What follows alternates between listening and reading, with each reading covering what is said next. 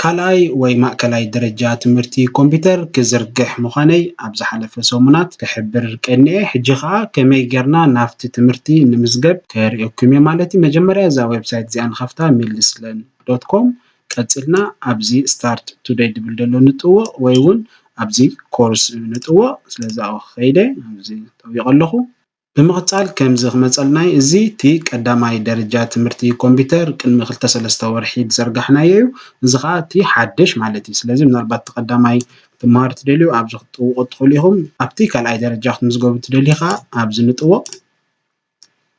ኣብዚ ምስ ጠወቕና ከምዚ ድመስል ምስሊ ክመፀልና እዩ እቲ ትሕዝቶ ናይቲ ትምህርቲ ከምቲ ልሙድ ኣብዚ ኣሎ ማለት እዩ ከምዚ ንሪኦ ዘለና ኣብ 6 ምዕራፋት ዝተመቓቐለ ኮርስ እዚ ማለት እዩ ካብቲ ቀዳማይ ቁርብ ዕብይ ድበለ ብዙሕ ትሕዝቶ ዘለዎ እዩ መጀመርያ ብዛዕባ ዊንዶውስ ኦፕሬቲንግ ሲስተም ካልእ ኣስተምህሮ ዝሓዘ ኮይኑ ኣብቲ ካልኣይ ብዛዕባ ሃርድዌር ምናልባት ብዛዕባ ራም ሲፒዩ ካልእ ኣብቲ ቀዳማይ ኮርስ ተማሂርና ነርና ሕጂ ካብ ብዝበለፀ ክንመሃር ኢና ከምኡ እውን ኣብቲ ሳልሳይ ተመፂና ብዛዕባ ሃርድዌር ፅገና ናይ ሃርድዌር ኣሎ ኣብቲ ራብዓይ ከዓ ብዛዕባ ሴኪሪቲ ወይ ውሕስነት ኮይኑ ብዛዕባ አንቲቫይረስ ከመይ ኢሉ ዝሰርሕ ውሕስነት ኣብ ዌብሳይት እዚ HTTPS ዝበሃል ከመይ ኢሉ ዝሰርሕ እንታይ ፍልልዩ ኢንክሪፕሽን ዝበሃል ኣብ ቴክኖሎጂ እንታይ እዩ ኩሉ ብዚ ክንመሃር ኢና ከምኡ እውን ኣብዚ ኮርስ እዚ ፍልይ ዝገብሮ ካብቲ ቀዳማይ እንታይ ላብ ኣሎ እዚ ግብራዊ ምርምር ንብሎ ወይ ፕራክቲካል ላብ ኣሎ እዚ ከዓ እዚ ኩሉ ዝተማሃርናዮ ብተግባር ከመይ ገይሩ ይሰርሕ ኣብዚ ክንሪኦ ኢና ማለት እዩ ዝተፈላለየ ሶፍትዌራት ብምጥቃም ከምኡ እውን ዌብ ሰርቨር እንታይ እዩ ከመይ ኢሉ ዝሰርሕ ክንመሃር ኢና ኣብዚ ንሪኦ ዘለና ምዕራፍ ከዓ ሌላ ምስ ኮምፒተር ኔትወርክ ክህልወና እዩ ኮምፒተራት ብኸመይ መንገዲ እየን ተረዳድኣ እቲ ፓኬት ንብሎ እንታይ እዩ ኮምፒተር ኔትወርክ ኢንተርኔት ፍልልዩ እንታይ እዩ እቲ IP ኣድረስ ኣብ ክንደይ ይምቀል ኣበይ ንረኽቦ እቲ ኢንተርናል ኤክስተርናል ንብሎ ማለት እቲ ፕራይቬት ፓብሊክ IP ኣድረስ እንታይ እዩ ከመይ ኢሉ ዝሰርሕ ቅልጣፈ ናይ ኔትወርክ ብኸመይ ንዕቅኖ ከምኡ እውን ብዛዕባ መባእታዊ ዝኾነ ወይ ቤዚክ ትምህርቲ ናይ ፋየርዎል ክህልወና እዩ ብዛዕባ ሴኪሪቲ ከምኡ እውን ኣብ መወዳእታ ከምቲ ኩሉ ግዜ ንገብሮ ተወሳኺ ትምህርቲ ክህሉ እዩ እዚ ከዓ ብዛዕባ ፋይል ፎርማት እንታይ እዩ ከመይ ጌርካ ካብ PDF ናብ ወርድ ወይ እውን ናብ ናይ JPEG ዝበሃል ናይ ስእሊ ፎርማት ንቕይሮ ክንመሃር ኢና ኣብቲ መወዳእታ ሕቶ ንመልስና ኣሎ ኣብቲ ቀዳማይ ትምህርቲ እንድሕር ዘኪርናዮ እቲ ሕቶታት ኣብቲ ውሽጢ ሴክሽን ወይ ከዓ ምዕራፍ እዩ ነይሩ ሕጂ ግን ኣብዚ ካልኣይ ኮርስ ኣብ ደገ ውፂና ኣለና ማለት እዩ ኮንፊዝ ወይ ከዓ ምድንጋር ንኸይፈጥር ስለዚ እዚ ቀዳማይ ትምህርቲ እዚ ምስ ወዳእናዮ እዚ ምዕራፍ እዚ ኩሉ ቪድዮ ርኢና ምስ ወዳእናዮ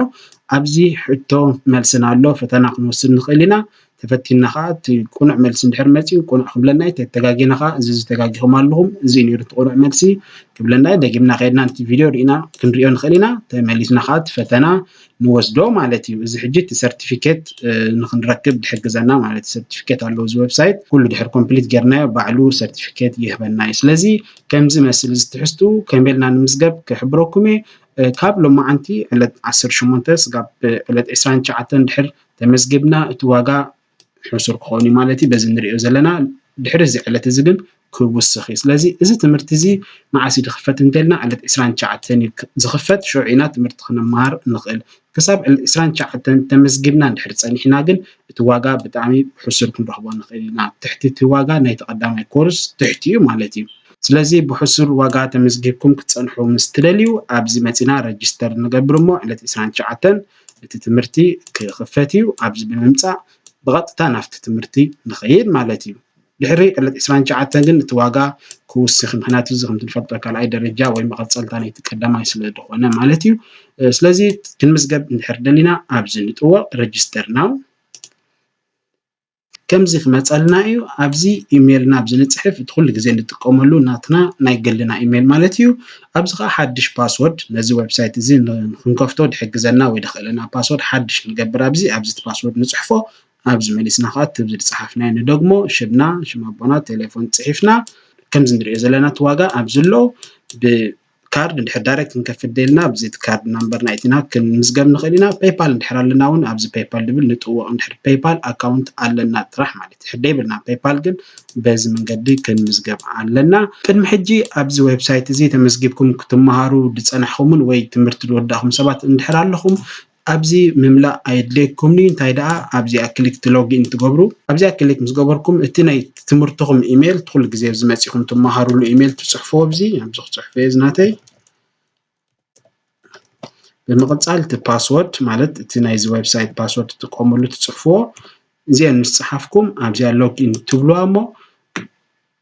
እዚ ዌብሳይት ስለ ዝፈልጠኩም ወይ ተምሃሮ ነዚ ዌብሳይት ስለ ዝኾንኩም ሽምኩም ቴሌፎን ካልእ ምፅሓፍ ኣየድልየኩምኒ ባዕሉ ከምፃልኩም እዩ ኣብዚ እቲ ኣስማት እንታይ ጥራሕ ድድልየኩም ኣብዚ መፂኹም ነዚ